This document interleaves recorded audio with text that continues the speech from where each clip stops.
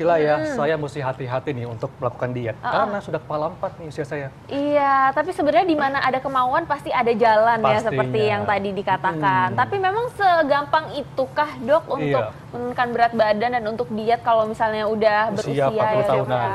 Iya, memang untuk diet di atas 40 tahun ini lebih sulit dilakukan. Nah, karena metabolismenya sudah lebih lambat. Selain itu juga hormon-hormon di dalam tubuh juga sudah mulai menurun tuh. Jadi lebih sulit dilakukan dibandingkan dengan usianya lebih muda. Oh gitu. Iya. Ya. Dok, tapi memang kalau usia 40 tahun ini selain lebih lambat metabolismenya, apakah ada perubahan pada tubuh dalam hal menyimpan lemak, dok? Iya, jadi karena tadi yang pertama metabolismenya lambat, sedangkan massa lemak yang disimpan itu menjadi lebih banyak. Dan massa ototnya berkurang. Dan massa ototnya makin lama makin kurang, massa otot dan massa tulang kurang, yang bertambah massa lemak. Nah, dan biasanya juga pengaruh ke pola makan. Pola kebiasaan makannya masih seperti waktu muda dulu. Nah, padahal di atas 40 tahun itu porsinya yang dibutuhkan sudah lebih sedikit dibandingkan dengan waktu usia di bawah 40 tahun. Oke, justru kebutuhannya udah lebih sedikit ya dok ya.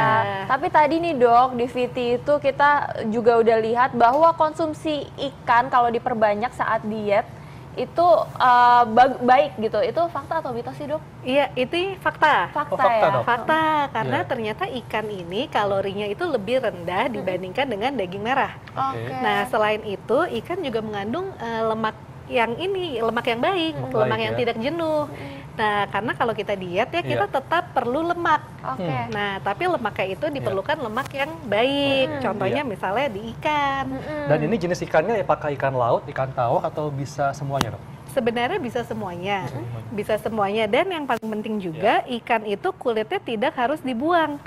Nah, karena kulitnya ini yang ternyata banyak mengandung omega 3-nya. Oh, berarti kadang-kadang masyarakat mikir kalau kulit-kulitnya ini kan kayak berlemak dan ya, berminyak, jadi itu yang ada dipikirnya dibuang. dibuang. Nah, padahal minyak ikan itu boleh dikonsumsi. Dan ikan ini juga mengandung protein, dok ya? Iya, Nah, proteinnya juga selain tinggi. itu, dok, untuk orang yang tidak suka makan ikan, bagaimana dia untuk mendapatkan asupan proteinnya, apalagi untuk yang usianya di atas 40 tahun nih, dok? Iya, jadi asupan protein ini bisa diganti ya. Kalau nggak suka ikan bisa ganti misalnya dengan ayam. Nah, ayam ini kalorinya juga lebih sedikit ya dibandingkan dengan daging merah. Tapi kalau ayam kulitnya dibuang. Nah, karena kulit ayam itu biasanya lemaknya lemak jenuh dan kalorinya tinggi. Beda sama kulit ikan ya dok ya.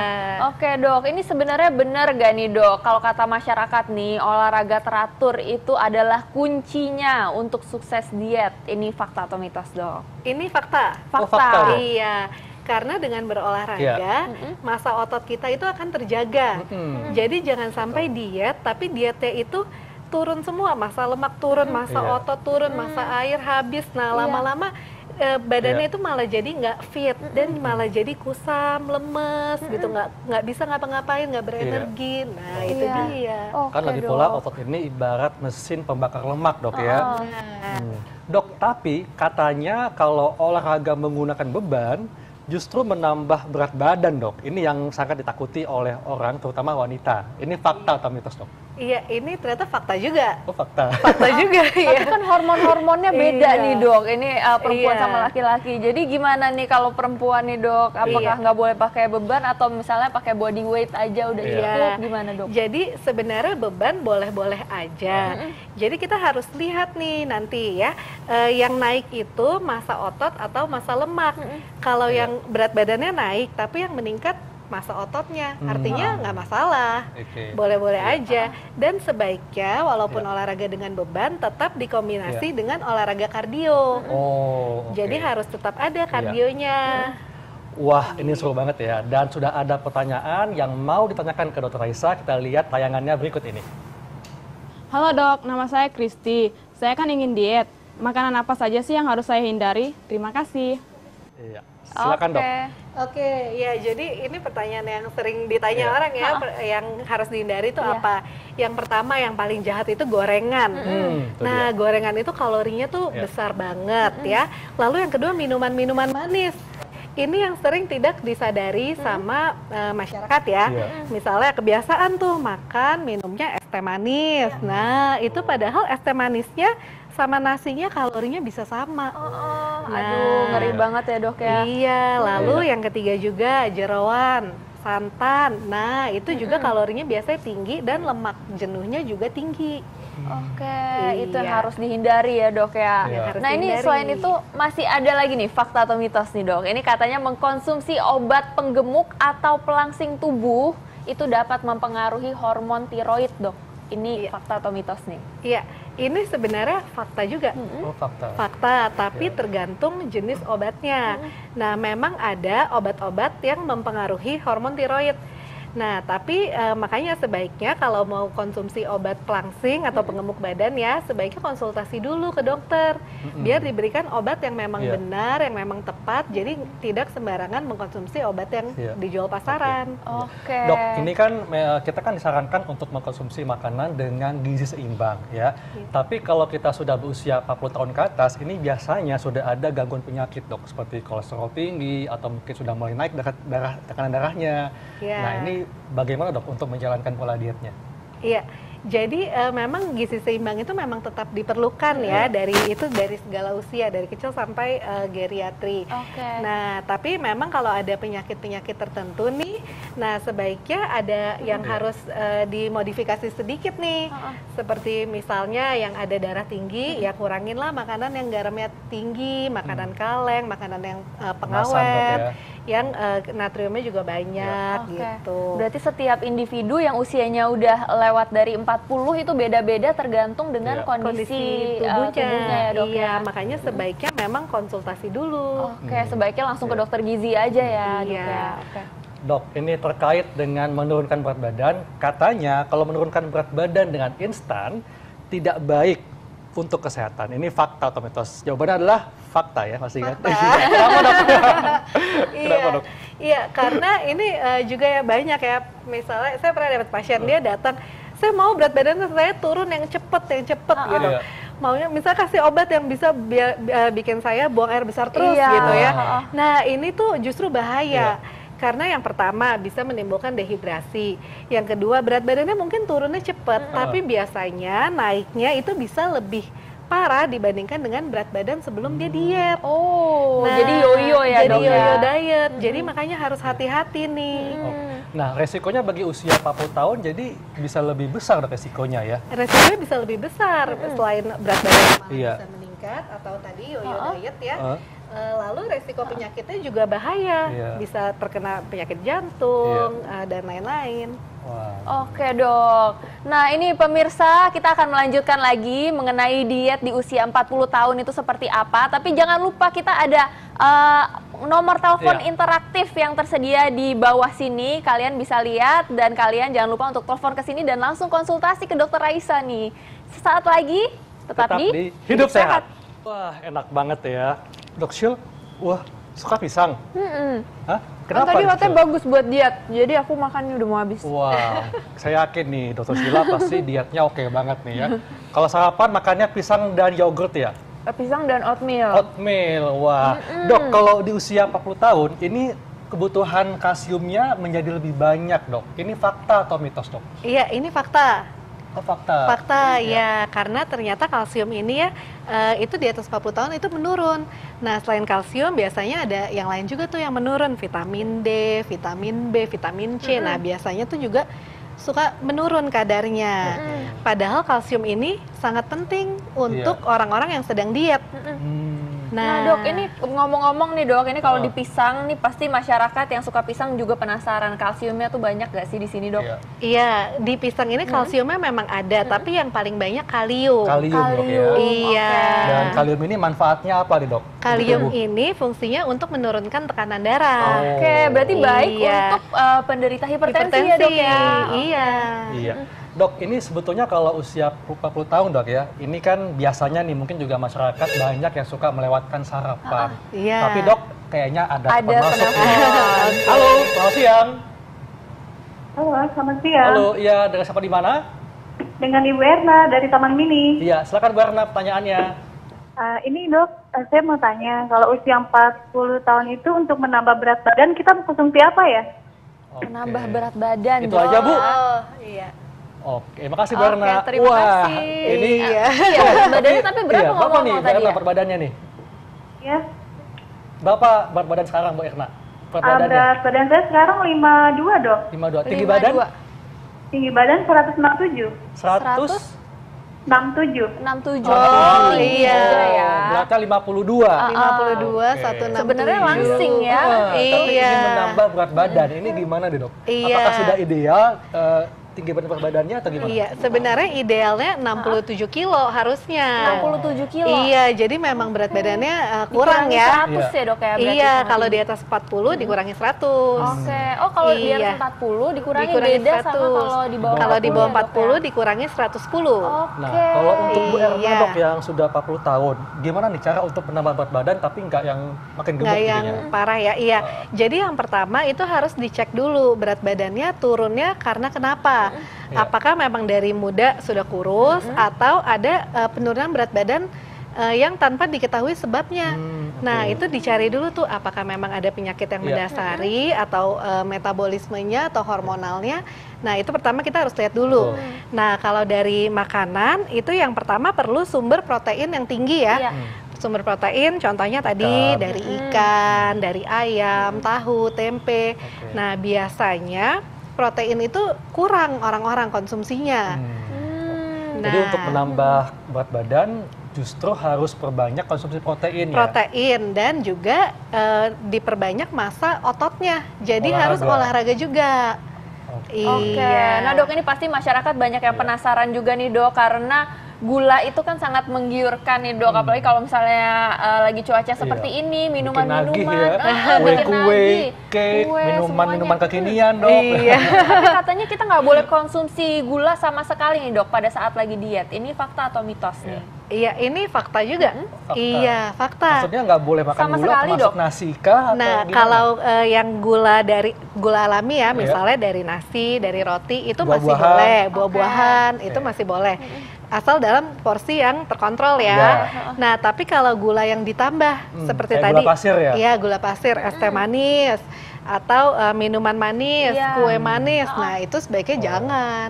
Oke. Setuju banget dok ya. Oke, Jadi Dok. yang dihindari itu gula tambahan, termasuk tadi ya kayak cake-cake ya, kemudian minuman Iya. manis dan sebagainya. Tapi kalau gula-gula alami seperti Gula dari alami buah-buahan, boleh. nasi nggak apa-apa. Iya. Madu juga mungkin masih boleh ya dok ya kalau Masih misalnya- boleh, asal dalam takaran yang Oke. tepat. Kalau Oke. misalnya mau lagi diet dok ya, lagi mau minum teh, tapi nggak pakai gula pasir, pakai madu nggak apa-apa ya? Nggak apa-apa, tapi jangan banyak-banyak ya. 1 sendok tehnya itu 50 kalori. Oh, Oh, wow, Jadi lumayan juga sewajarnya ya. ternyata. Sewajarnya. Oke, dokter Haikal nih kayaknya. Oh, ada penelpon yang masuk. Halo, dengan siapa di mana? Ya, saya dengan Ibu Sari dari Aceh. Oke, silahkan Bu, apa nih yang mau ditanyakan? Ini dok, saya kan penderita anemia. Jadi Ya. macam Anemia. mana cara diet yang bagus? oke. Usia ibu berapa bu? Kalau boleh tahu?